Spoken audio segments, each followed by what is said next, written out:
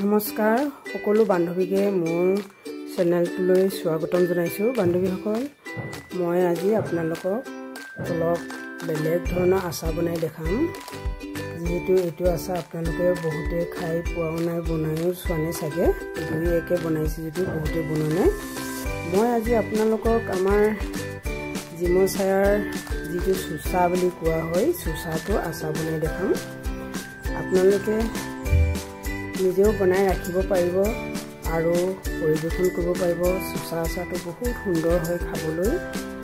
যেতিয়া আমাৰ খুব খৰধৰ হয়, ক'ৰবাত যাব লগা হ'লে আৰু কিবা কামত যদি যাব লগা হয়, তেতিয়া ভাজি বনাবৰ কাৰণে বা কিবা কৰিবৰ কাৰণে যদি অলপ টাইমটো দেৰি হয়, গৰমে গৰমে ভাতটো হোৱাৰ পিছত আমি এই চুচা আচাৰ অকণমান কাঁহীত লৈ পটাপট খাই গুচি যাব পাৰোঁ। জোচা দি মই এই চুচাখিনি ভাজি আছোঁ।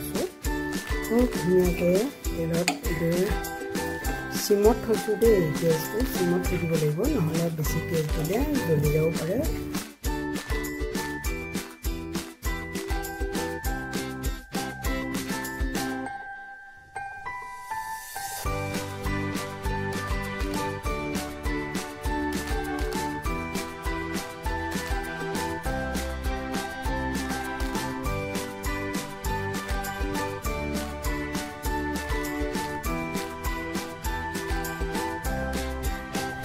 আৰু বহুত দিনলৈকে, বছৰলৈকে থৈ দিলেও একো অসুবিধা নাপাব, বেয়া হৈ নাযায় বস্তুটো। মাজে মাজে অলপ ৰ'দত দিব, খুবেই ধুনীয়া হয়।